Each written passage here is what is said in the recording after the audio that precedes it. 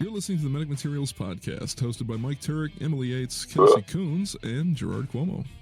All are current EMS providers and educators with a combined 30 years experience.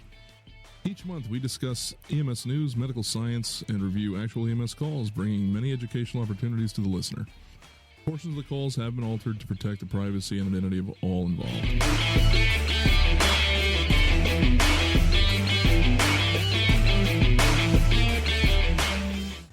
Hello and welcome everyone back to the Medic Materials Podcast. I heard a ugh, an ugh, and a burp. And a burp. It's becoming a tradition. It's absolutely hysterical. Yeah. How is Gerard going to react to the sound of his voice? Ah! I absolutely love I it. didn't burp. No, it So I guess I sounded got that like you going did. for me. Oh, it sounded like it. Oh, no. I thought that first sound that I heard, I thought was a burp.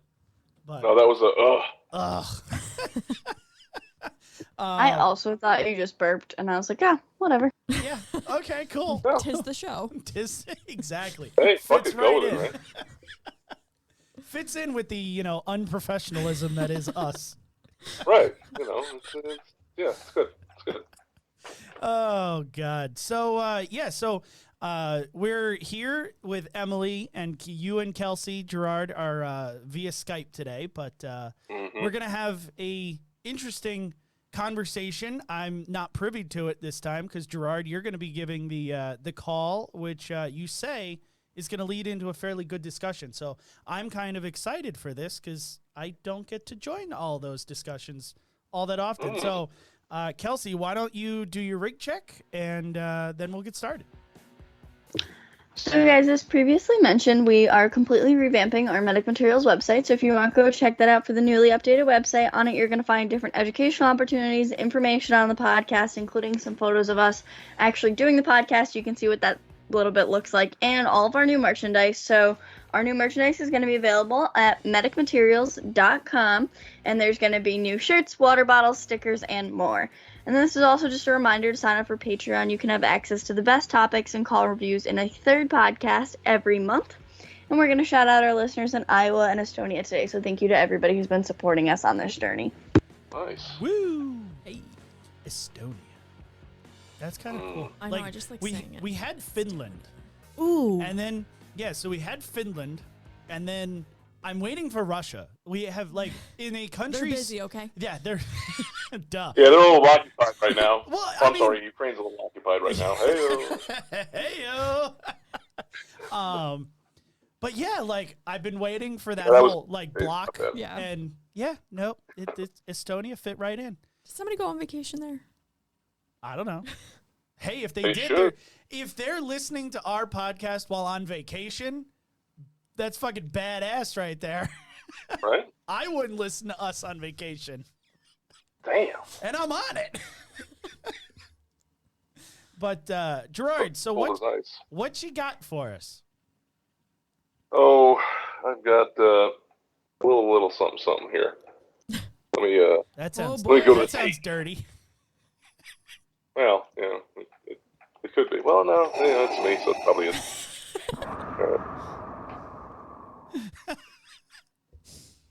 All right, let's get everything going here where I can actually see it. Which means I might actually have to put my glasses on. Oh don't know. man. Calm down, old man. Calm down. Yeah, seriously. Oh, Jesus Christ, all the little squiggles on the screen. Oh, yeah, those are letters. Okay, cool. All right. So, we have a call today in a suburban environment with a 77-year-old male on witness fall from a standing position. Your suburban environment is serviced by a local volunteer fire department, which actually does a lot of calls, and a paid ambulance service, which is staff, paramedic EMT standard configuration. Hospitals in the area, 30 minutes to well, I wouldn't really call them a trauma center, but definitely they're a cardiac, cath lab hospital. But they do routinely handle traumas and things like that, so it's not like unheard of to bring simple traumas there. But you're not going to get the full level 1 type stuff. So you're dispatched for 77-year-old male. Unwitnessed fall from a standing position, was found on the floor by a family member who was coming to visit. Approximate downtime has been about an hour. Okay, so fire's dispatched, ambulance is dispatched. Local ambulance is out of service on another call. So mutual aid is automatically dispatched. They're about 20 minutes out. Local fire department arrives on scene within about 5-10 minutes. They have, mostly just, fire EMTs. There's no ALS. It's just basic BLS service and, EMRs. And they arrive on scene. Fine. They give a little talk to the family to find out, the information I just gave you, right? Patient is on the floor on his left side. He is alert. He is talking, and they find out, he was coming back to the bedroom from the bathroom when he hit the rug, kind of stutter stepped with the transitioning from the wheelchair to the bed, and down he went, striking his head on the floor. Chief complaint is going to be some difficulty breathing. He's got 5 on 10 left shoulder pain. 7 on 10 burning pain at the end of his penis, and he does have a Foley in place, which is on the floor. It is intact. It has not ruptured in any way. So where do we stand right now? You just walked in. You're the EMT. So I just want to point out one thing, Em, that I noticed. When he said left side, you and I both leaned on our left side a little. Like nice. we literally both did it at the exact same time. I definitely did it too. I was like, okay, I'm on my left side. That's what I'm like. I'm on my left side. I'm going to admit, because I'm reading it and I did the same thing. That's phenomenal. At least we all got our left and our right correct. Right? It's like on the left side. I was like imagining myself. I was like, okay, so I'm laying on my left side. That's exactly what I was doing. I was like, I'll just put a little pressure on my left elbow here. It's fine. Oh, that's phenomenal. Okay, so recap. 74-year-old male. 77. You're wrong already. This is why I need to recap. You suck. 77. Transferring from what? From the wheelchair to the bed after using the bathroom. Okay, wheelchair to bed, missed the bed, fell onto the left side, complaining of left shoulder pain, shortness of breath, and penis pain. Yes, and he did strike his head on the ground. That definitely sounds like. And he's been UTI. down for an hour. Correct. Is that because the family saw him an hour ago, or because he remembers being on the ground for an hour? No, the family came in and they had asked him how long he was down, and he said about an hour. So he knows that. Okay. Yeah. Do we know if he lost consciousness at all? Like, does he say that he remembers the whole event? I mean, at this point, you're just Yeah, he kind of remembers guessing. everything. No loss of consciousness. He's alert. He's talking. Is he on blood thinners? We'll get there. So I guess my question starts with. So yes, he is. How big is this man? Well, so not just how big is he, because that's an important picture to paint. Is he like, a 77-year-old, 120 frail guy, or is he, 77 and he's 550. right? Not frail. Not frail. Not 77, not frail. I would say he's probably, like 220, 230. He's a robust individual. Okay, so I guess my initial question is, how do we know how he got, like, we know he fell from the wheelchair and missed the bed, but did he like topple over? And Right, was it like head first? Did he like slide down? Right. Did he fall on his butt and then fall onto his shoulder? Did he like fall straight forward and like smash his head and then roll onto his left side? Like, do we know how he actually got to the ground? Right. So he normally, pulls himself on the rail to get into the bed, all upper body strength type stuff. Okay. And he just lost it lost his grip, and it was just sack of potatoes to the ground. So then, does he have any issues using his legs on a normal basis? Like, are they just weak all the time, or is he like a paraplegic where he doesn't have use of them? Yeah, he can't really move his legs. No. Okay. All right. So it's all upper body stuff. Interesting. And none of these complaints were happening prior to this incident. None but the penis pain. I was going to say, the penis pain had to happen before this. I mean, you never know. He might have jammed the Foley up in there. Who knows? It can go in there. That is true. You know? It can go all the way in there. I understand. I don't know these all things. Up in there. All Literally. up in Just keep swimming. Just keep swimming.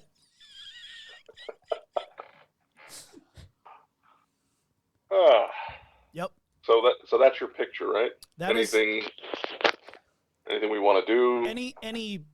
Any blood on the ground? Is he covered with any blood? Like, do I have to bandage anything? Do you have a wet one? No signs of gross hemorrhage right now. Okay. Is there blood in the Foley bag? You can't see it because it's on the other side of him. Okay. So at this point, so he's on his left, but it's kind of hanging in front, so you can't really see it from your angle. Okay. So it's all about the angle of the dangle. You went there. Someone had to. Yeah, so I think at this point, it's really just initial assessment stuff. Like ABCs, are we in a position where we can move him to a better location, maybe a more comfortable position? Do we need, Does his neck hurt? Right. Like do we need palpate so we can move, so we can not do we stay need on to the ground for 10 immobilize years? and all this other stuff? Like, I think that's where we have to, baseline vitals, all that initial stuff. So this is the proverbial Bermuda bedroom. Oh, no. Right. So he managed to get his self between the bed and one of the, I think, 4 dressers. Bummer. Is what they said in the room. Yeah. So it's standing room only. You got to kind of. Yeah, I know they always say don't ever do this, but in order to access either side, you have to step over him to get there. So then I guess it's Who more. says don't ever do that? Have they ever worked in real life? Right. Right. Right. They didn't see me do the freaking acrobatic maneuver over the 700-pounder my first day at the other new place I work at. To which somebody you both know was like, "Wow, I could never do that." Look at Gerard, the trapeze. Oh, dude, I like freaking kickboxer high kicked my way over and spun around. All kinds of karate shit was going on. I was like, damn, I didn't realize I was that flexible. Myself. Right. Yeah, I mean, is there any way that we can evaluate this guy enough to be able to slide him to a non-Bermuda bedroom area? Or like maybe rearrange some furniture as much as you can to Right. give yourself the most room? These are like big wood dressers, so no. You can access, like I said, you can just kind of hop over. You can access to do assessment. You can do stuff. You could roll him around if you wanted to. Dragging him out, that I don't know because they didn't do it. But they said they just pretty much stayed in the room and did all their stuff right there with him on the ground. They didn't really move him. They had one of their EMRs stabilize the head. So that's about it. All right. Okay. So, yeah, I'm good with everything that they're doing right now as long as they do an assessment next with, like, vital signs. Okay. Well, guess what? They did vital signs. Yay! So, EMT, the only one that's on this call right now, takes vitals. Pulse by palp was 74. BP manual was 150 on 76. Respiration's 14 irregular. Skin is unremarkable, warm to the touch, and dry. At this time, like normal the patient warm is or hot on. Warm? It was described to me as warm. Okay. So, well, they said it was warm to the touch, I should say.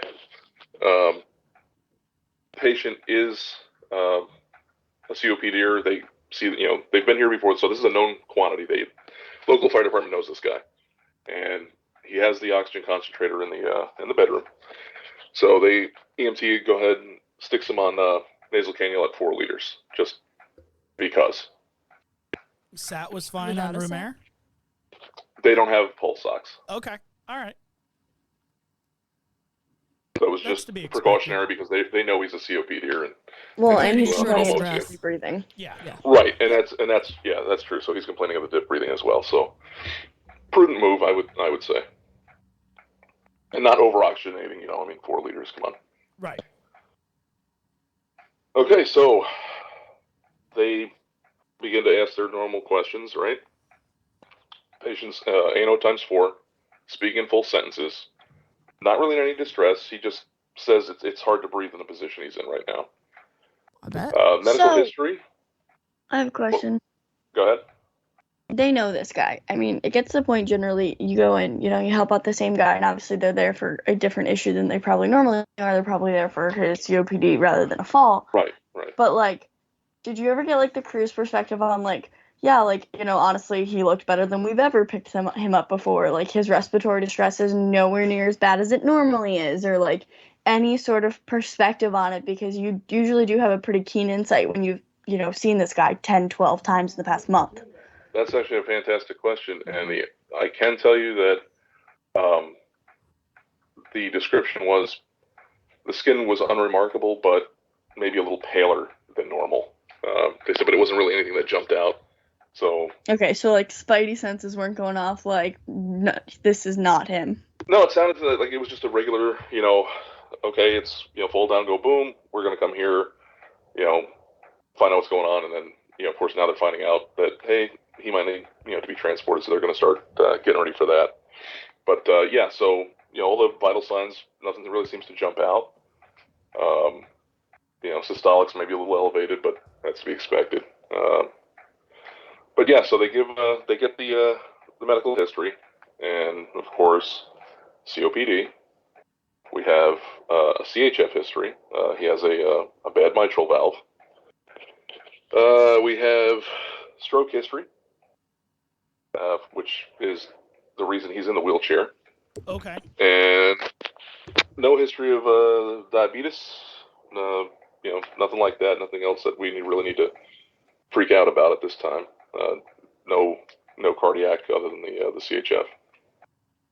Okay. His meds, standard issue, what you would expect. Advair, Spiriva, all that good stuff. Furosemide, take some blood pressure meds.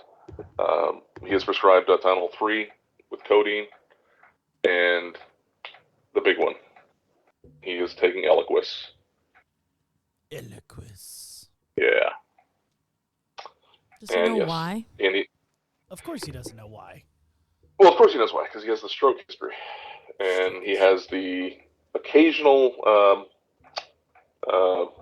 He calls it a palpitation, but I'm going to go ahead and assume that it's probably an AFib. That he doesn't understand what that means.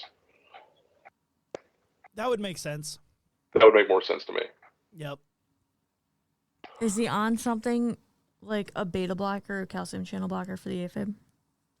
And I only ask because if it's a beta blocker, then you kind of have to anticipate if his heart rate's 70, what would it be without being on beta blocker? Right, I believe he's on metoprolol as well. I'm looking through the stuff here right now, and metoprolol is in the list. So yes, metoprolol. He is on a beta blocker. Yeah. Which again makes sense.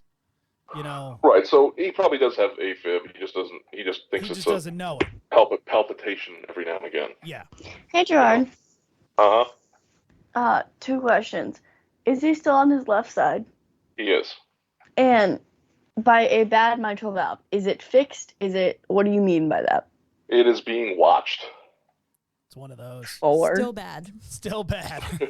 I don't know. Getting worse as they watch I don't know. I don't know how bad it is. I don't know if it's imminently going to fail or okay.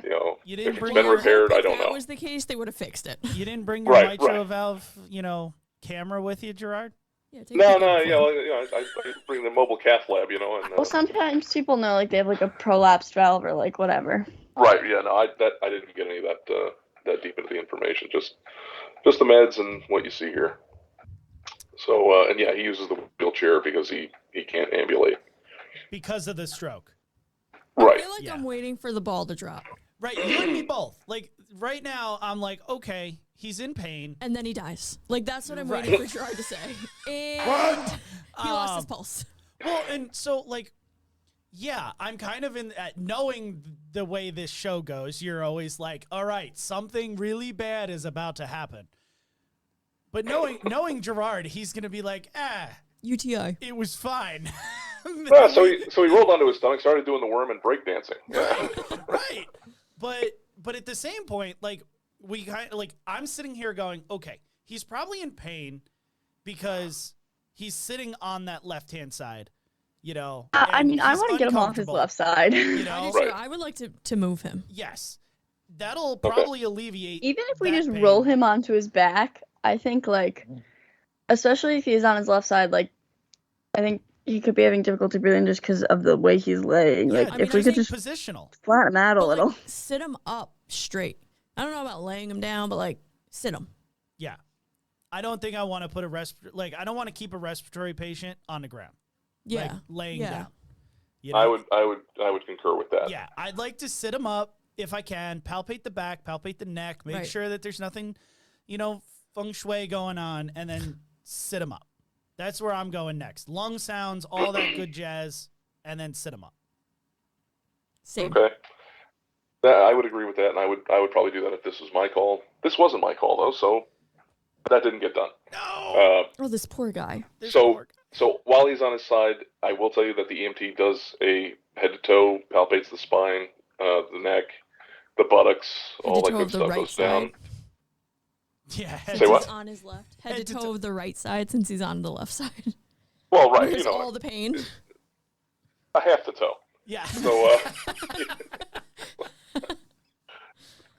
but they no step offs, nothing like that. No, nothing serious. No signs of any kind of gross hemorrhage. Nothing looks fractured.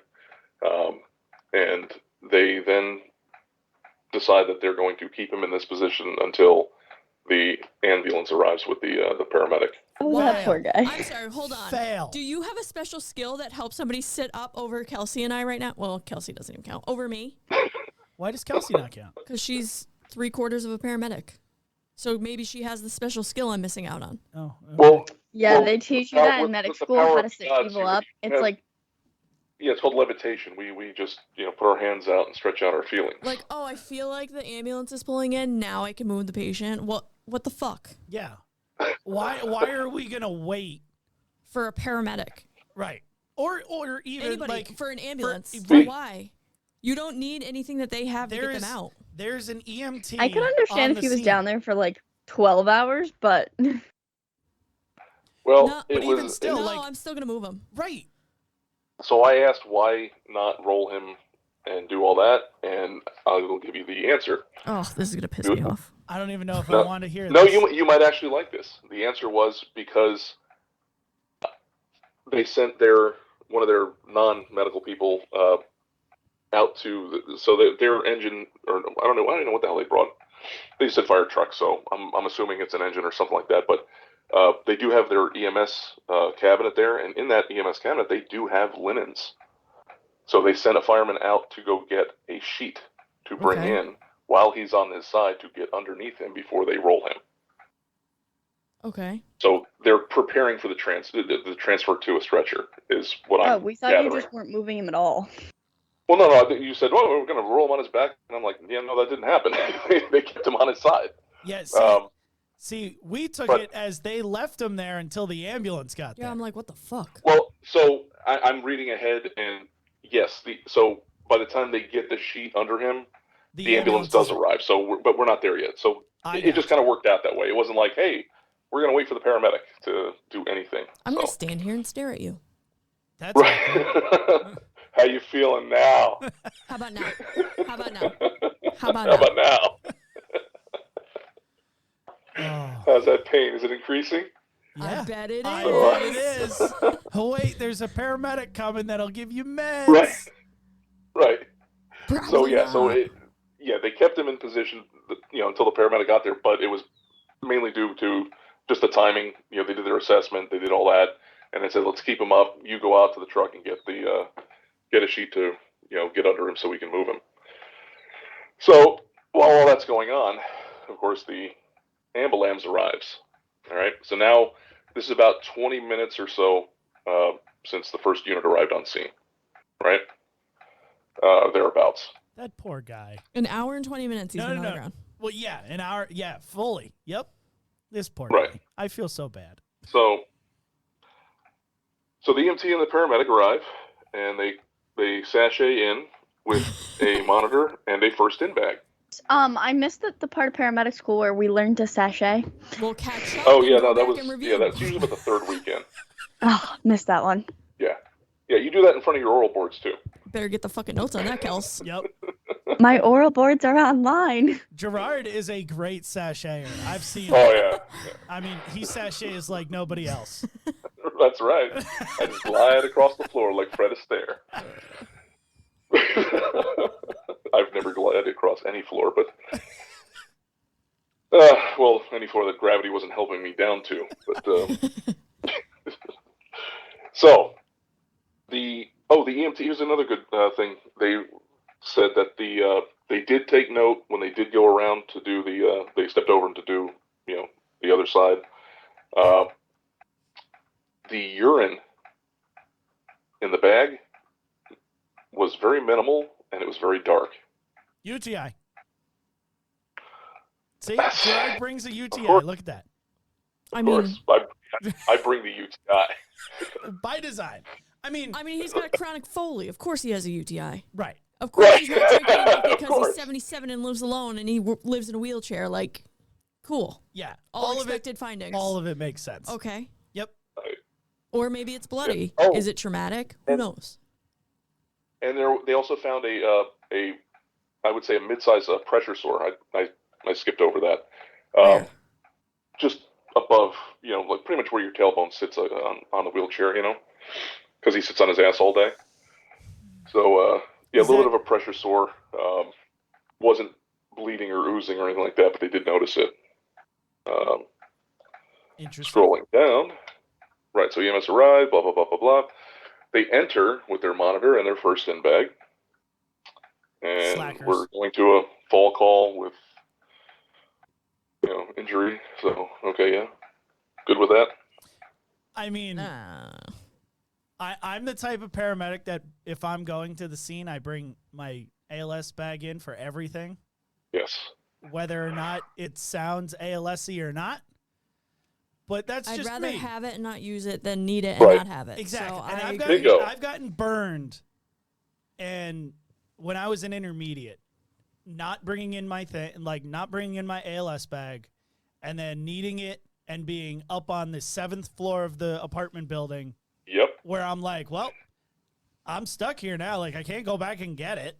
There's no one to bring it up to me. And then, the lady needed fluids, and I started my line and gave her fluids 45 minutes into patient contact when I finally got my bag again.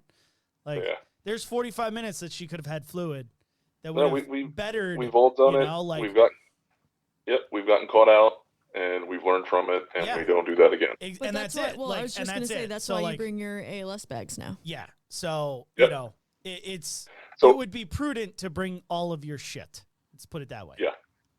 Yeah, EMT's going to carry his bag. I'm going to carry mine. Yes. That's just it. That's just the way it is. If Yep. you're nice to your EMTs, they might take one of your 3. But give them Yeah, the lighter one. Right. And, so even going into nursing homes, I'll, for nursing home calls, I will walk in with my ALS bag as well. Yep. Um, Oh yeah. If I have to carry it out, I Absolutely. carry it out. No big deal. Yep. Just don't forget it. Yeah, there's a That would suck. fire department individual, the place I used to work that still owes me one for returning their ALS bag that they left in the middle of the street after they initiated transport. Nice. Yeah. So we're That's a like, good spot oh, for it. is that their ALS bag? Yeah, why, yes, it is. Oh, okay. I mean, you could say the same. So you could say the same about your one boss, Gerard. When years ago, when I was his partner at a completely separate agency, We went and did a call. We were looking for the monitor. It was left on the desk in the bay. Yes, I remember that. Oh shit! Because he went and checked it, did all the things, and then just left it there. So that's why he's such a stickler on making sure you got all your shit. Yep, because the man learned. Right? It's not because he had some epiphany. It's because he fucked up too. Nope, exactly. You live, you learn, you never do it again. That's true, man. So yeah, I would have brought everything in, but carry on. Right. So probably not bringing the right in. He should have at least brought the ALS stuff in. Mm-hmm. Okay, so they come in. The fire EMT gives a report, tells them everything they've done, tells them what the history is, gives them the meds. Is all verbal. Giving them all this stuff verbally, and then tells me I placed them on the O2, and this is where we're at now. And they assume care at this point. So fire does stay on scene to remain, do extra hands to help. So they don't just go, okay, see you later, bye. And medic enters the bedroom, notices, of course, it's in the tight quarters, and makes patient contact. He asks what happened in a very low volume voice. The patient then states he would like to roll onto his back because his shoulder hurts. Yeah, I bet it does. Mm-hmm. The medic asks again, what happened? And the patient again states, I'd like to roll onto my back because it's hard, because my arm hurts. The medic then states he seems to be altered. What? To which the EMT replies, for an hour and 20 minutes. Yeah. To which the EMT replies, he is extremely hard of hearing. What? So the medic wasn't speaking up enough for the patient to hear. So the patient heard something and just said, "Yeah, I want to roll over." So we kind of we skipped that in our oral report to the medic, like, "Hey, yeah, we've had to shout at him for 20 minutes until you guys got here." But if you think about it, they know this patient. Right. They probably just, in their minds, assumptions are to be made. Yeah. They're like, oh, yeah, we know we go pick John up all the time, and we got to yell at him a little bit louder. Bingo. True. And that's just Yep. it. It's one of those things where you know the guy, and you just don't realize that not everybody knows this guy. That is You just fair. forgot to mention it because it's a mutual aid coming in. If it was the normal ambulance crew, they would have known. Right, they might know too. Yeah, correct. That's fair. So, So I mean, it's a little omission, but yeah, I just like how the medic's initial reaction was, "Oh, he must be altered." Right. Because God forbid his shoulder hurts and he wants to lay on his damn back. Right. Must be altered. So, right, it must be. It's got to be. Right? Who doesn't want shoulder pain? Sweet Lord. So the medic then finally speaks up into a tone that everyone can finally hear, and he receives an appropriate response. And patient tells him what happened, and then the medic says, "Okay, everybody, let's reposition him flat on his back per his request." Yay! And then he dies. Then he flashes and comes. No. I'm waiting for it. Me too. So his pain, it subsides. He's still complaining. It's 5 on 10, but yes, it's easier now. And he also says it's actually a little bit easier for him to breathe on his back. So hey, kudos, win-win. So at this time, the EMT goes to get the stretcher. When he returns, the fire EMT suggests placement of a C-collar, to which the EMS EMT blows them off and keeps on trucking. That's kind of them. And they've been holding C-spine this entire time. Yes, the EMR is still down there. Yeah. So it's like, yeah. I mean, and he's never complained of neck pain, but again, at the same point, it's an unwitnessed fall. It's an unwitnessed fall. He struck his head. He's on blood thinners, and there is an abrasion proximal to the left eyebrow. Yeah. So I mean, just for precautionary reasons, you could do it. I'm not going to backboard this guy, but a collar's not going to kill him. Right. Like and it's prudent, Exactly. Like, I don't see anything wrong with what that EMR or EMT was suggesting. The fact that, the paid EMT is just blowing him off is, highly unprofessional. But and there is a thing in elderly people with falls and head strikes, the Dens fracture Yeah. that you may not know about until they become a bobblehead a few hours down the road. Yep. So, yeah, Well, and probably also, older might be people prudent. don't have as much brain in their noodle, so it just sloshes. Well, They get stupider with age? Oh, we're screwed. You telling me how the president is? No, but it is actually. Oh, that's It why. does get smaller. She is true. The brain does I shrink know. as we get older. I was taking an opportunity to make a joke. I know. I was just wondering. Never mind. I'm not even going to go there. I'm going to pass that joke up. But no, Kelsey. Give it to me. I'll take it. Nope. Kelsey is actually 100% correct. I mean, there is a higher incidence for head bleeds in the elderly, solely because that brain does slosh around, giving an opportunity for the vasculature to shear. Yeah, but that's not going to change based on a C-collar. No. I'm not saying no. Like, where do we get on this with the C-collar? The initial fall. Okay. Well, if only he was wearing one when he fell. Yeah. I mean, like, I'm with you guys. Like, he's still a high risk for a brain bleed, but, like, I don't think I would fault them for doing a collar or not. Well, that's. Okay. I mean, like, I don't. If somebody suggested that on my scene and be like, yeah, sure, why not? But if I didn't do, like, if they didn't do it, I wouldn't be like, oh man, they missed the like. There's really no clinical indication. Well, I don't think anyone is disagreeing with you here. I think it's more or less the fact that they just went, go pound sand. Yeah, well, they're assholes. You're stupid. Go away, kind of thing. Yeah. Okay, caught up. And I can honestly say if this was my patient, I would put a collar on just because of the, he went down, he whacked his noggin, which means his arms probably were not out in front of him to break the fall. And, that little whiplash with the head, I wouldn't take a chance. I would just go and throw a collar on, let the hospital x-ray and do everything and then take it off if they want. But for me, I would probably put it on. But anyway, so during this time, the medic is writing down all the patient history, the meds, the demos, important paramedic stuff. Damn Skippy. When the stretcher arrives, he then asks the patient, while leaning against the patient's wheelchair, if he can stand. So we're smart in everything. Yes. Yeah. Observant. Yeah. Yeah. I laughed too, while shaking my head in disgust. So, you guys do not have what I have today. I have the unique ability to watch the facial fluctuations of Emily. Oh, nice. Because they're going from happy to absolutely disgusted to shaking her head. It's just pathetic. To be smiling again. And then it's like, the seething then sinks in. It's been a trip. I can't. It's an emotional roller coaster. Tell me about it. Tell me about it. Absolutely wonderful to watch. I've lost all Oh, hope. yay, kudos for them. Oh, those dumbasses. Hey, kudos for them. Fucking morons. Kudos to the volunteers right now, because they're the ones thriving. Okay. So, now,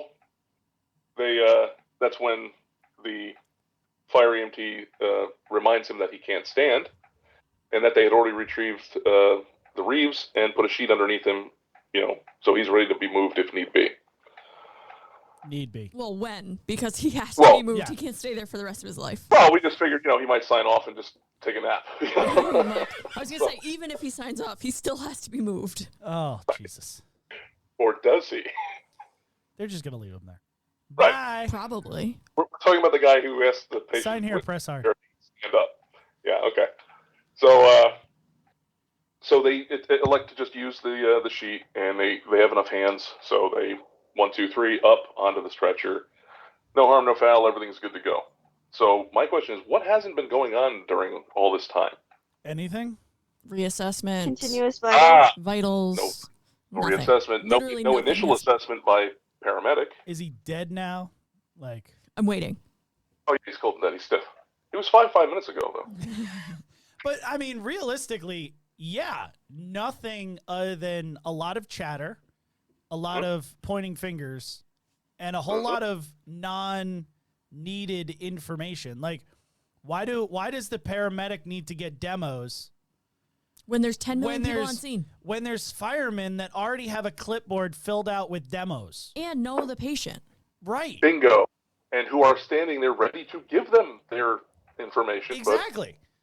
You know, they are not asked for it. Right. This almost seems like it feels to me the way that this is being explained is that the paid EMS crew came in and was like, ugh, all right, I've written this call off already. Right. Let's go. Like, this is stupid. A call. Right. It's in a different district. I got to deal with fucking firemen. This is stupid. Why did this motherfucker fall? Like, why am I even here?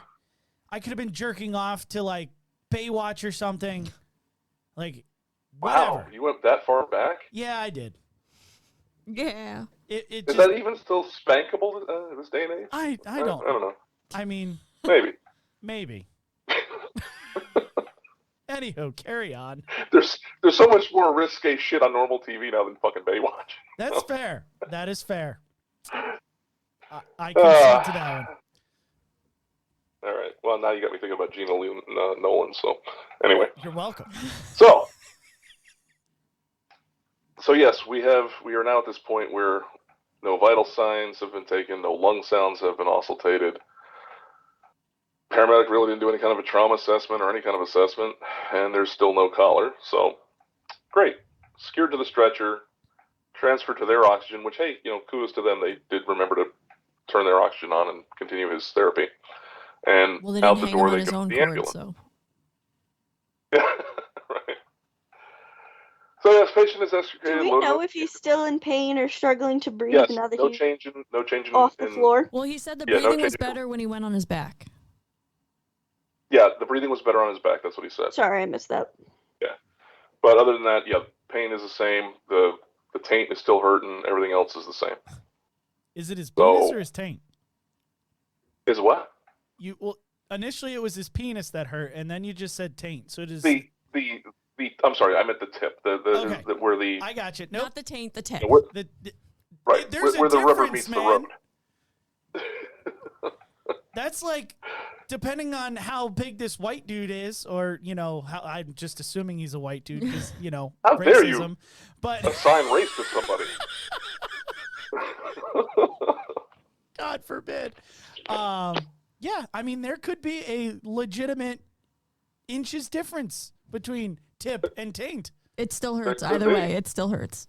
Fair. Yep. Carry on. All right. Yeah, I didn't ask about the shrinkage or anything like that, so I'll leave that to the imagination. So, the patient's loaded into the ambulance.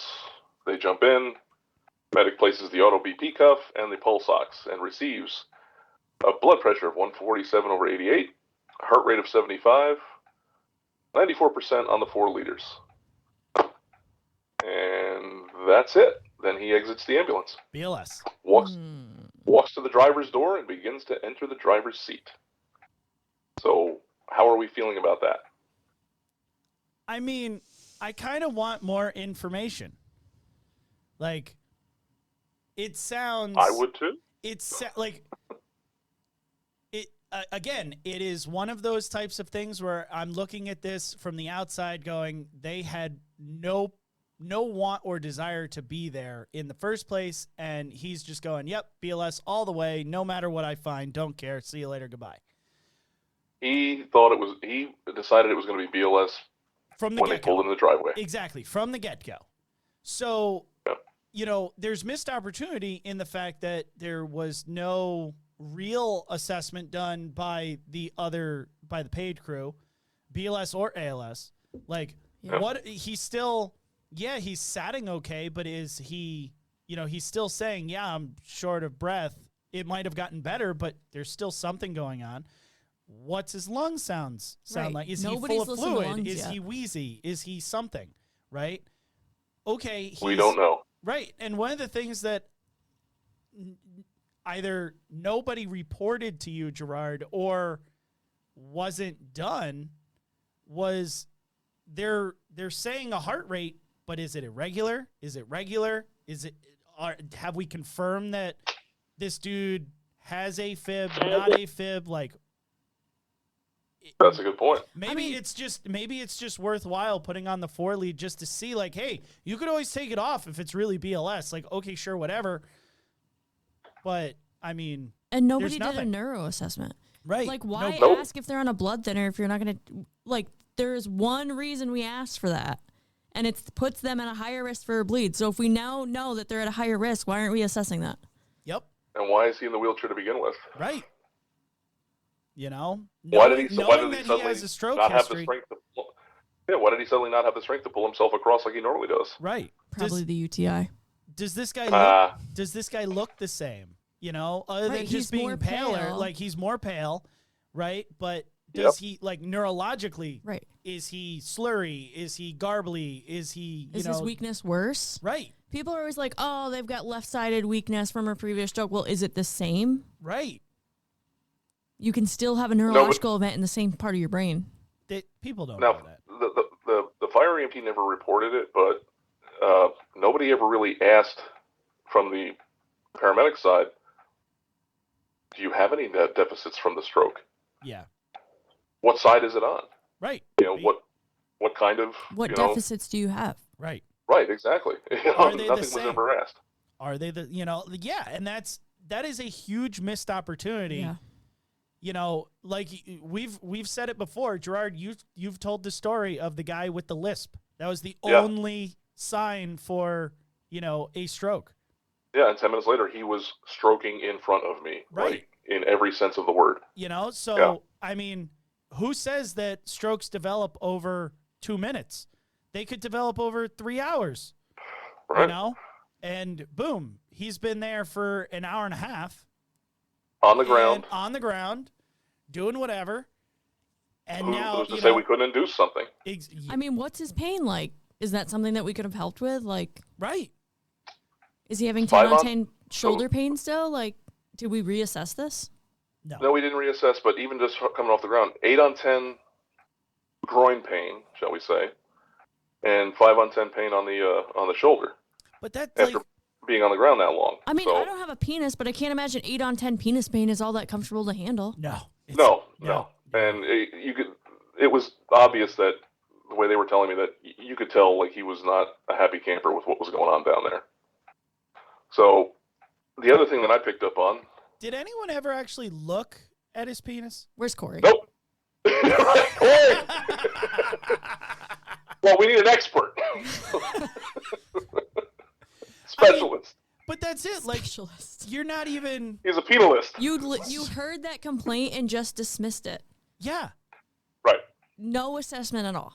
Like, Point blank period. Like, is it bleeding? Did he chop the tip off? Like, is the catheter still in the right spot? Right, Is there the catheter there gets pulled and it's priapism? bleeding. Like, Yeah. nothing. Yeah. 0. That's really By sad. either crew. Yeah. That's really sad. So now here's my next observation that y'all been touching on. He's been on the ground for an hour before anyone actually got to him, and now an hour and a half before he's actually been moved. Why is he still so warm to the touch? Yeah.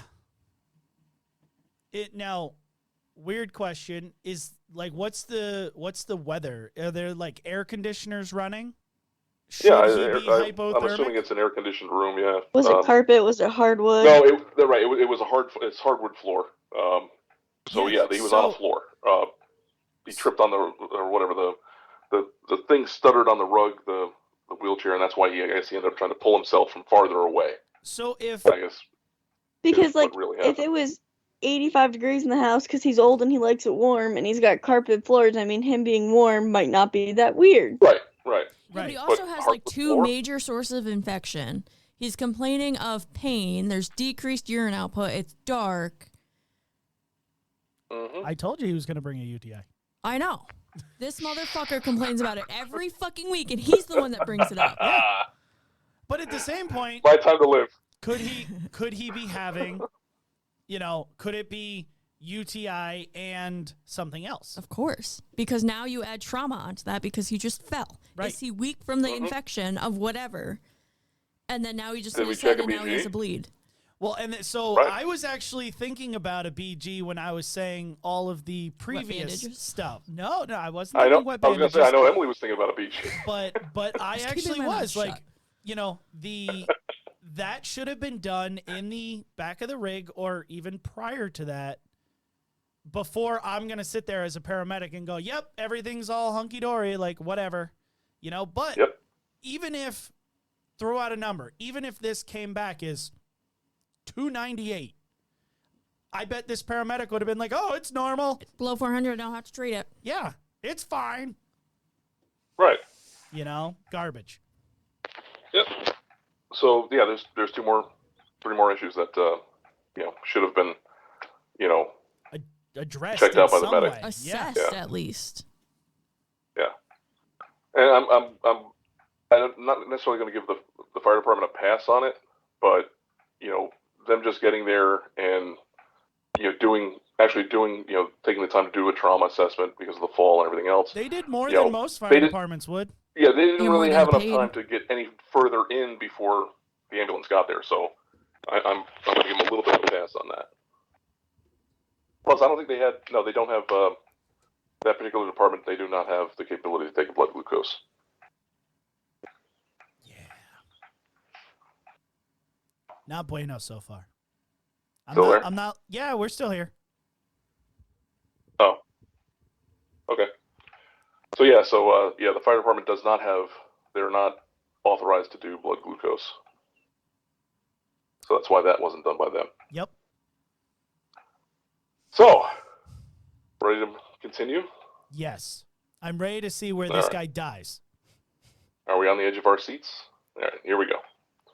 Now he dies. So, at this time, watching the paramedic enter the driver's seat of the ambulance, the fire EMT asks the medic if he is BLS'ing this, to which the medic replies, "Why, yes, I am." And then the fire EMT then lists the multitude of reasons as to why this is probably not the appropriate decision. Good for him. Yeah. Don't get fired. Uh-huh. To which then the medic asks the EMT, and I quote, "How would you know?" Oh. I want one paramedic to say that to me. What? One. Right? I would love it. I want to, dude. If they say it, I want you to say, "Oh, hold on one second. Let me Call record me, this. video chat, and say, okay, Say now that say again? that again." One time I want them to say this to me. Could you I imagine? know, because he's the Then I only can one go, who did "Woo, a you fucking done fucked up." assessment. Right. Clearly. Oh, God. Mm-hmm. So how do we feel about that level of professionalism? Nope. I would have called another Right on. ambulance. Fuck that. Yeah. Right. So the reply his reply, of course, was, "How would you know?" To which the fire EMT replied with a question of his own and asked, "How long have you been a medic?" Good for you. And the reply was 6 months. You're that new and you're that lazy? Ah! The EMT, and I'm reading this right off the screen. The EMT then informs the medic that they are a 10-year EMS veteran and have been a paramedic for 8 of those years Mic in the drop. nearby city high-volume agency. Mic drop. And then informs the paramedic that he is, quote, way too new to be this lazy and they need to get in the back and do their fucking job. No. We're completely fucked. We're completely fucked. Good for him. Yeah, so I don't know if I mentioned this before, but the BLS fire agent, the fire department that responds is a volunteer agency. So this is it's a suburban area, but they still have a volunteer department. Yeah, and there's plenty of those. So out this there. Oh my God, medic yeah. is just out there volunteering on his time because he probably Pretty much. knows this guy and likes this guy because he's picked him up 20 million times already. Right. Because he lives in the neighborhood. It's his community. Oh, that new medic is So- so fucked. So somebody's balls just shriveled. That's phenomenal. I know, and Right. that's, the greatest thing about it is the fact that they stood the ground to be able to do that. Like, they didn't just pass it off or whatever. They knew, like, hey, I'm a paramedic working as an EMT CFR. I can only have this level of interaction because that's where I stop. However, if I had my ambulance, if I had my gear, if I had my certification at full, I would be doing a shit ton more for this patient than anything that's going on right now. Like, I know me personally, besides the BG and all the stuff we've already talked about, the 4-lead would have been on the moment I walked in there and started talking to him. I'm asking questions and the 4-lead's going on. Right. Get in the ambulance, guess what? I'm just going to do a 12-lead. Why not? Yep. And even why not? And even if nothing shows, there's still enough. Like, there's still enough in here that doesn't compute to be like, hey, what side of that fence are you on? Are you even tipping on the fence? Okay, I'm going to take it ALS. Right. Like, even if I just sit there and do nothing, it's still the right call. Yeah. Right. And he's taking the Eliquis, and he said something, palpitations. Well, let's do the 12-lead, and let's see what the hell he's actually talking about. Because if I see AFib pop up, okay, I know what he's talking about. Right. Yeah, and, Which may actually answer why he had that fucking stroke in the first place, and hey, maybe he's having another one. We don't know, because we haven't done a Cincinnati neuro or anything. Right. And that's it. So, and especially, God, I could not imagine being a brand new paramedic and being like, yep, fuck all the world. Like, I'm 6 months in, whatever. The blind confidence to be like, fuck it, they can go BLS. Right. Right. Like, that's a great way of putting it, blind confidence. Because, like, you normally think, like, just complete another, either they're stupid or they're lazy. Right. But you don't ever actually think about, like, hey, they're just so fucking cocky that it's like, yep, nope, this is not me. Or, like, how lucky are you that in 6 months you haven't had something go bad, but it's going to happen if you're not assessing your patients. Yeah. So maybe this isn't the one that's going to have a major stroke on the way, but you will fucking have one because you're not assessing anything. Or it's happened and they just haven't gotten burned by it. Because maybe their agency doesn't take, re-education seriously or follow-up seriously or anything like that. And maybe they've missed something significant, flash pulmonary edema or whatever, and they're just like, yeah, it's fine. 3 minutes to the hospital. I don't know the system that they're coming from. Right. They could be coming from the system where they're literally across the street from the hospital. Right. And they like, oh, yeah, it's shortness of breath. Yeah, fine. Throw them on a non-rebreather. We'll just go. We're close enough. We're close enough. I'm not going to – I can't start an IV in 3 blocks. Why not? Yeah. Why not? So, yeah, I mean, it's definitely one of those things where you don't know where they're coming from. Yeah. And, yeah, they might just not have been burned. And they think, oh, hey, I'm all high and mighty at BLS, whatever. I'm just here to drive. That's a garbage way of looking at EMS. And and aside way from just too common. the lack of assessing. I'm sorry, go ahead. It's way too common that you get that attitude EMS. Yeah, and we'll just, I'm sure we're going to discuss culture in a minute, but I mean, and let's be honest, there's a reason, like a lot of the new people get exposed to that type of attitude because a lot of us old people joke around, I think sometimes way too much, where someone will say, hey, that and the other thing, we're like, oh, BLS, joking, but these new guys may not pick up on it as a joke and just be like, oh, well, we just BLS everything then. Okay, cool. But think about how many medics you work with that are not joking. I cannot tell you how many partners I've had that the tones go off and they're like, that sounds BLS. I'm like, that's weird that you can tell that's staring at the fucking TV. Yeah. We haven't even gotten in the ambulance to go on this call yet, and you're already claiming it's BLS. Like, try me. Yep. Right. But it's true. Right. I mean, all the time. Yeah, I mean, we all do it. We've all joked around about it and stuff, but I know for a fact that I can give any one of you, a patient, and, there's not going to be any joking when it's, crunch time. It's, you're going to do your jobs. But yeah, there are people who they joke around and they fucking aren't joking when they say they BLS everything. Yeah. So, yeah. But yeah, this dude's way too new for that. But then also, so aside from like, the failure of, doing proper assessments, there's been no treatments. Nope. Well, I guess it's probably a good thing because he never assessed anything, so don't treat unless you assess. Yeah, I was gonna say, what the So fuck are kudos they to gonna him. What are treat? they going to treat? Right. Well, pain. You know, that would be one. I mean, I agree with the pain thing. Yeah, 100%. Mhm. If he's still in pain, how do we know that he didn't break something and we just Right. can't see it because it's not deformed or displaced? Or because we don't didn't know. look. Hey, You know?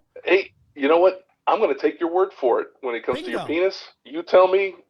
I'm not even going to look. I'm just going to give you the pain meds, and off you go. Yep. You know, that's all Yeah. good. You know, Yeah, but I'm so- with you guys on that one.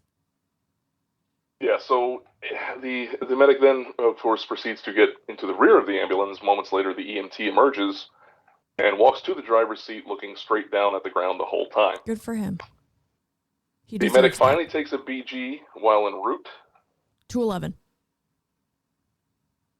That was 179. I tried. I can't read. Yeah, 179. So he Was the probably BG. goes, it's normal. 2 more sets of vitals were taken. No changes. Still in And pain. that's all. And that's all that was done. So they okay, hold on. Whoa. So- Whoa. And I'm gonna tell you how I got this. Whoa. How I got this. The second this last part came from the receiving nurse. So That's how I know this happened. I can't. whoa. Yeah. So you're telling me that this 6-month dingleberry paramedic goes Dr. Duhingus. right, goes Dr. Duhingus, I presume. gets in the back of the truck, And still be Yeah. able to proceeds to then transfer this BLS after Yes. he was already scolded by a senior paramedic. Oh my Yeah. damn. That's some big huevos gigantes. Like, You know what I mean? seriously. The amount, okay, hold on. If I am this person, okay, if I am this person getting scolded, okay, here's Right. Sicily, 1945, right? Gerard and I are these two people. I get scolded by Gerard.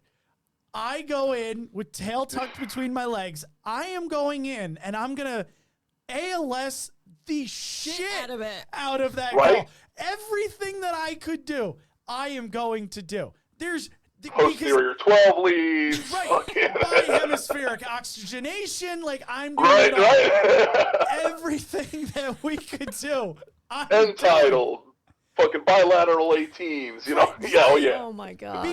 Because I already know that there is a phone call being made from the parking lot of that driveway to my manager going, your paramedic is a piece of shit, and here's why. And I need to make up for that. And here, I just prove them right by Right. sitting on my ass and not doing a fucking thing. Oh my God. Jesus. I can't. Yeah. That's, So yes. that is unfucking believable to me. So yeah. Unbelievable. Well, he took a BG.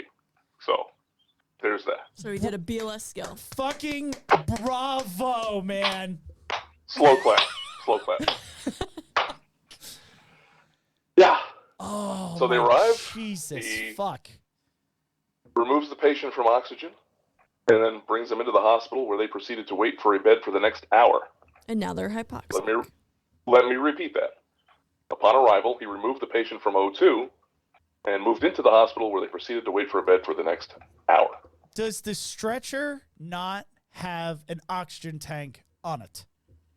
This is one of those magic stretchers Because that once you pull it out of the ambulance, the O2 tank disappears. really, No, this is one of Yeah. the magic paramedics that once you show up on hospital property, they stop treating. it's amazing. There's those too.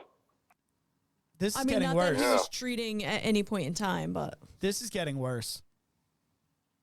this poor guy. So, after the hour, they finally get a bed.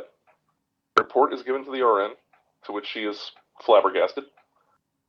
And care is turned over, and care is actually finally initiated, I should say. Yeah, shocker. Go RN. And I will now ask, so how did that call sit with everyone? Not well. You should Not see Emily's. well. You should have seen Emily's roller coaster through all that. It was amazing. I can imagine. I mean, yeah. So this is kind of where I was going to bring this into.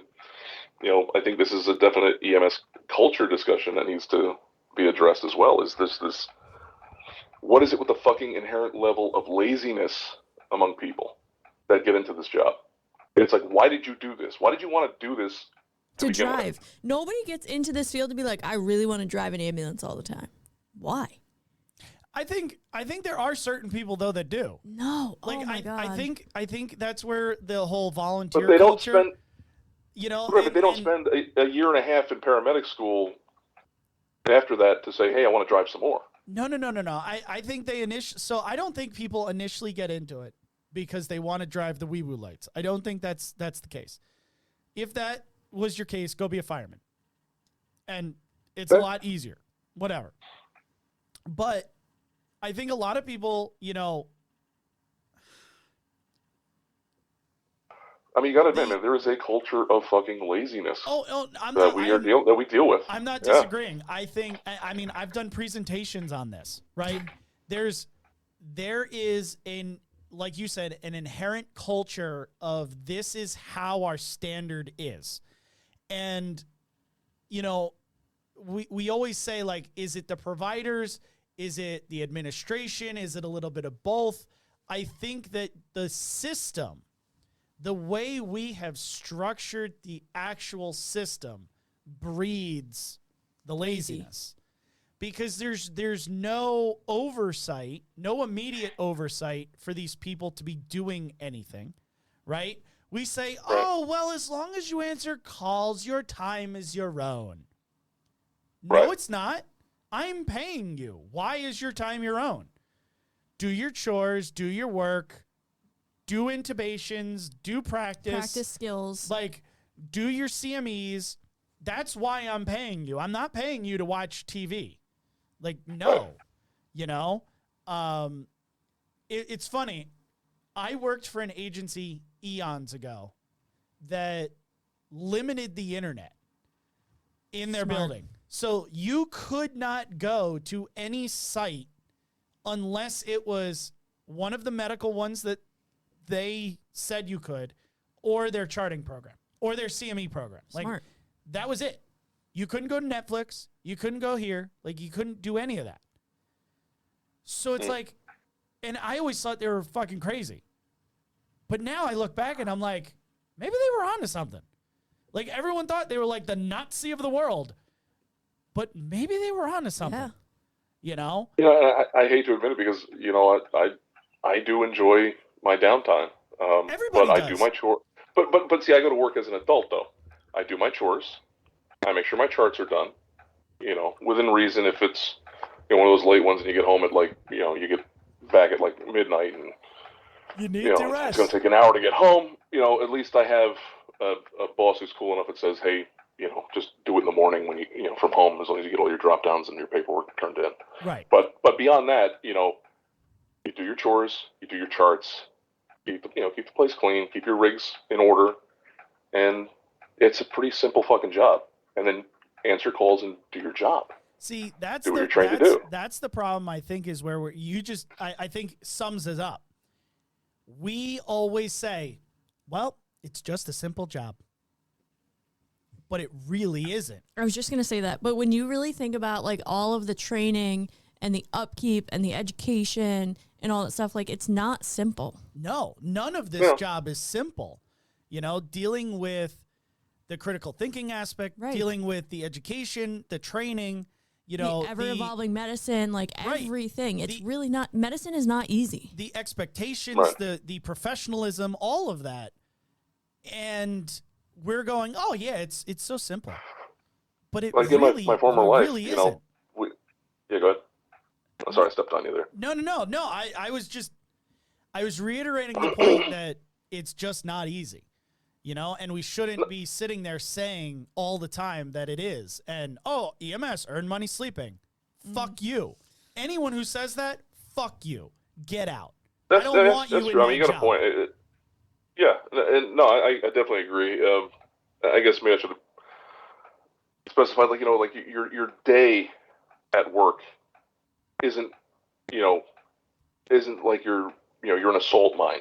You know what I mean? Yes. You have some things that are expected of you, and as long as you meet those, things, your day doesn't have to be this. It really isn't like a freaking, yeah. I mean, you're not overly freaking taxed. It's not a 9-to-5 job where right. you're going to an office, you have expectations. People are, where's that report? Where's that report? Where's that? I need that report. Boom, meeting. There's trouble with your TPS reports. Right. Like, we don't have that, and right. maybe there should be some level of expectation. I was going to say, maybe we should to some level.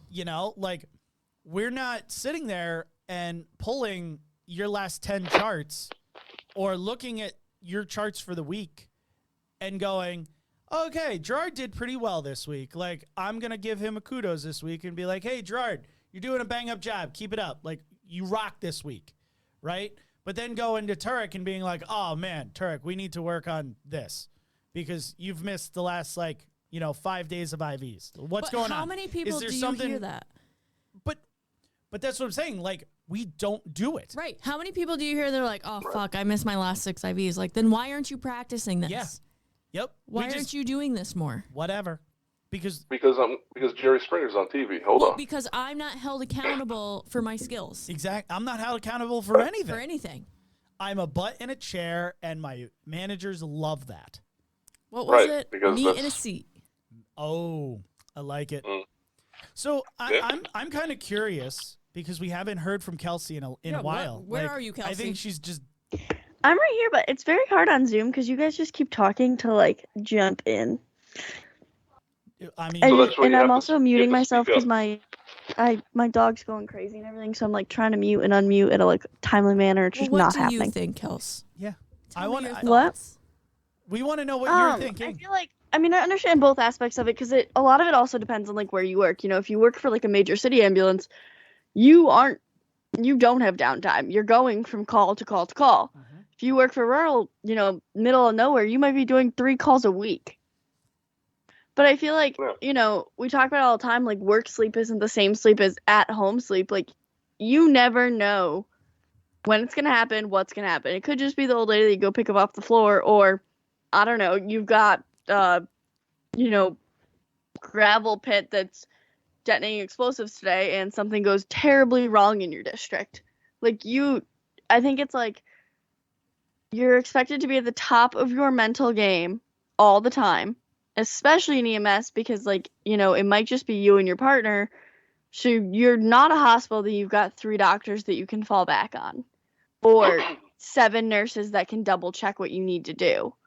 Or even 1 other nurse that can, you might be a medic with a driver-only partner that knows not even where the stair chair is in the ambulance. Right. So it's you're expected to be at your top peak mental game, but then we do what we do, and even the days when we don't do calls, we're still sitting on edge waiting for something to happen. Well, that's exhausting. Well, it is, and we've talked about culture of stress. We've done episodes on it.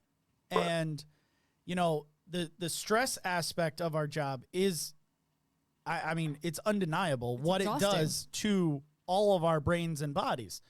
However, I don't think it's just, we're all exhausted and stressed all the time.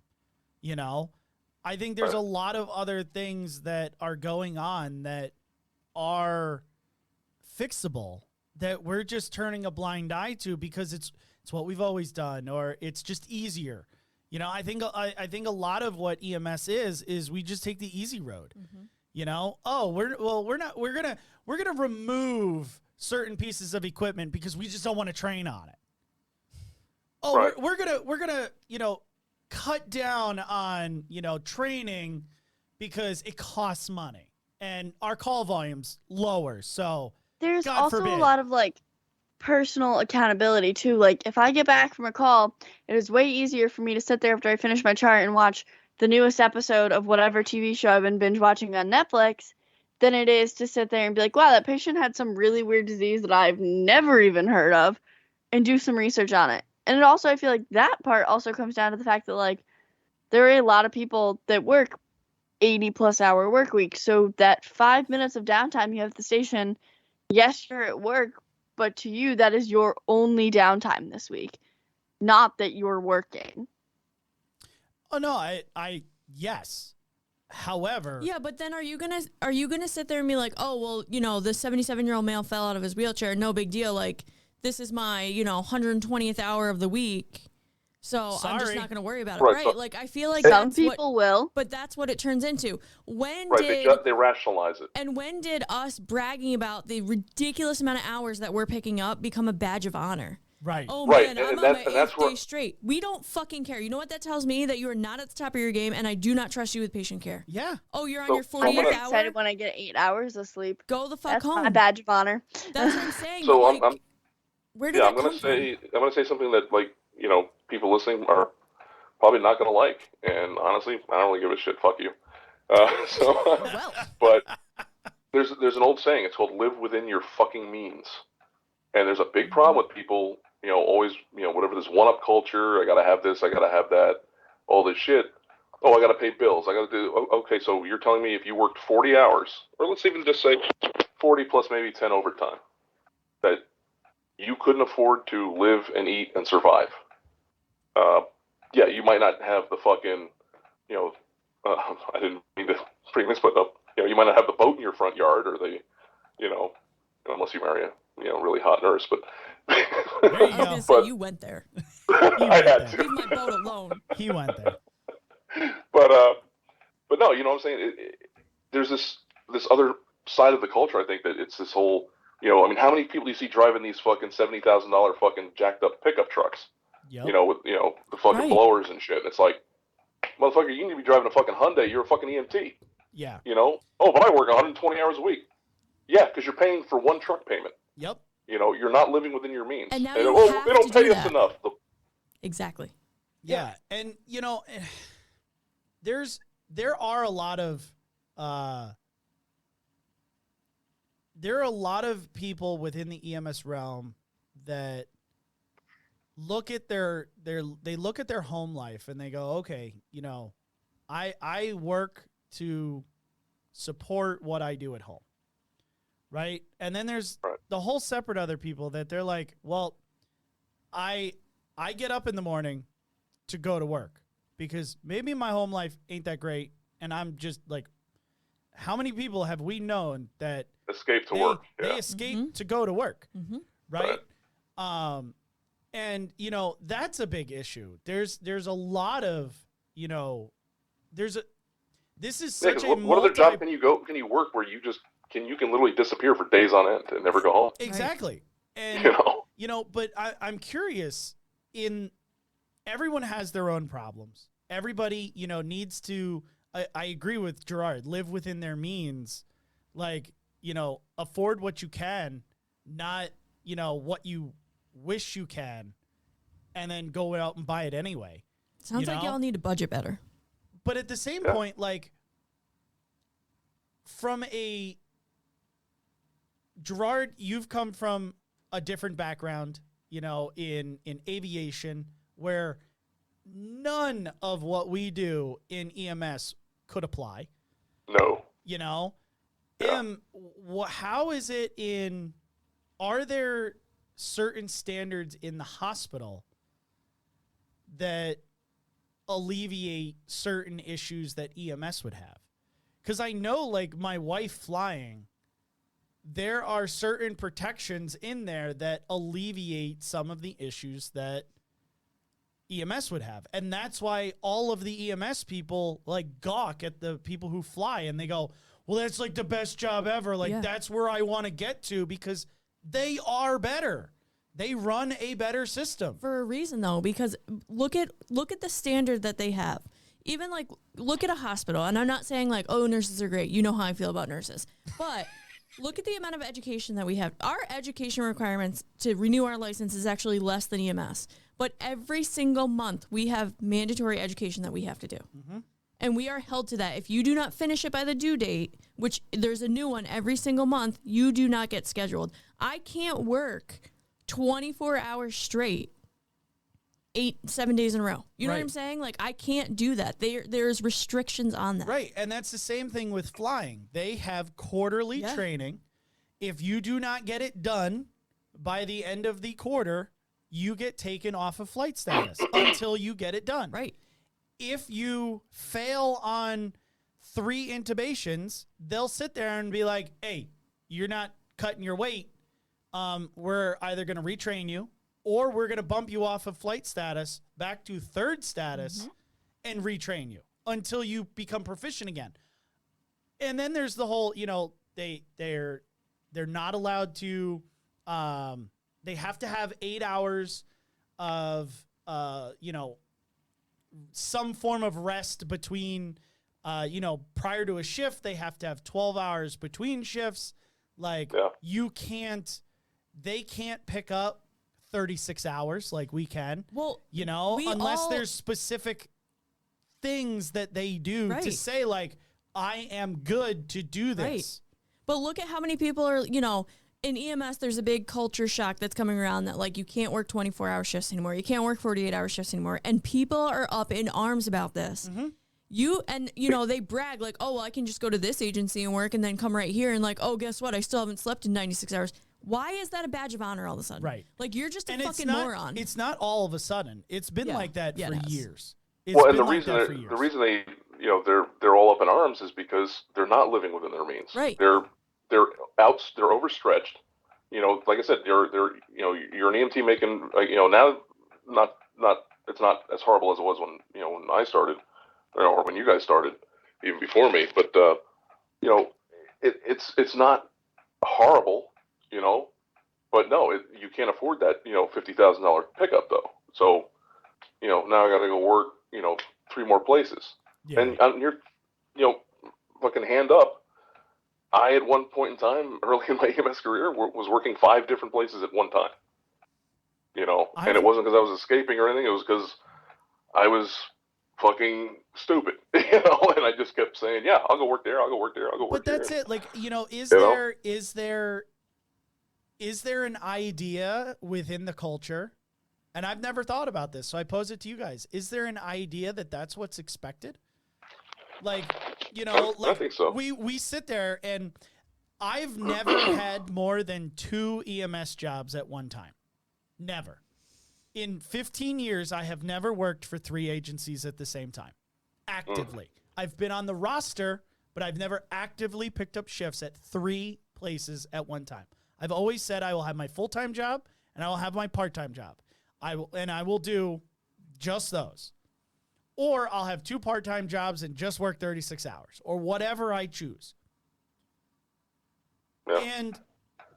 But you see all of these, like, especially, gosh, in this county, you see, oh my God, they work everywhere. The same 6 people in every agency. Yeah, they work everywhere. Because they literally work in every single agency in the entire county. And you're just like, why?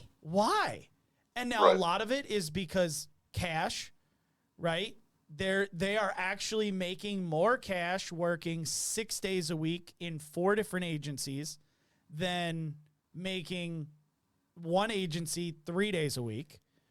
And I get it. There is a cash problem within EMS, but that's not going to get better until we alleviate the fact that our culture is pathetic. Yeah. And that our professionalism is pathetic. The care that we provide is pathetic. And that we all go around thinking we're the fucking goats of the world. Well, and I think it goes even into like the scheduling aspect, and the hiring as well. A normal business, operating in the real world, you're going to hire more full-time employees, and maybe not even, some businesses don't even hire any part-time, employees. But your part-time employees are usually your, here and there they might pop in, pop out, whatever. They're not where your bread and butter. Flip over to EMS. Everywhere you work, there's maybe a handful of full-time employees, and then it's a fuck ton of part-timers that just come in and pick up shifts. So then when they, administrators are scheduling, they schedule it so okay, here's my full-time people are in. Here's all the open shifts available to you. Yep. For all you part-timers to pick up. And then they send out email after email. Oh, yeah, open shift, pick up. Yeah, open shift, pick up. We really need help. Well, fuck we really yeah. need People help. are gonna be, what was that? We really need help. We really need help. Yeah. Right, yeah. And it's like, well, why don't you just hire more full-time fucking people, fill in all your fucking days, and then if somebody calls out, hey, is there a part-timer available that wants to come in and work? Right. Because they don't want to pay for it. They don't want to pay for it. Ah, they don't want to pay for it. Oh, geez. So we want the cake and eat it too, right? That's it. And where this business model came from, who knows? Yeah. Everything that you sit there and look at a good business model, EMS does the opposite. Exactly. And it's like, where in the Sam hell? Because we blame the volunteer fire department for it all the time. I don't think it originally came from the volunteer fire. Like, maybe it has a lot of its roots there and stuff like that, being that volunteers popped in and out, and you got this person to cover this day and this person to cover that day and blah, blah, blah. But paramedicine was covered initially by paid fire departments, which had paid crews every single day. And then, the BLS ambulances started popping up, and, all of this happened. And I think two of them merged. But I don't know where all this came from. Yeah, and me coming in, like, I wasn't born into this shit. I transitioned into this, with completely no dog in the hunt. And once I started realizing how this was operating, and, no matter which place I worked at, it was pretty much almost the same. And I'm like, why aren't you doing it differently? Why aren't you running this more like an actual real business and not this fucking Yahoo? I don't even know what to call it, but yeah, I mean, it's literally it's stupid. Yep. It really is. It's immensely stupid. And then we don't have the call volume. There's always an excuse. Well, right. Right. It's always something, and it's like always, we can't put a second truck on because we're barely covering our calls with the first truck because nobody wants to work here. Well, yeah, no one wants to work here because you suck. Right, or you won't hire people full-time and give them all the benefits that you're supposed to give an employee, who will be loyal to and work for you. Right, or you hire the shittiest person in a seat. Because all they want is a body in the seat. That's all they care about. Right. I would love to sit there and go, okay, Jeff Bezos, run Amazon like an EMS company for 1 week. And see how much money he would lose. Yeah. Yeah, and I that's would the love, thing. hey, Elon Musk, run Rocket X like an EMS company for 1 week to prove to the world of EMS that the way you're doing it sucks donkey dick. Right.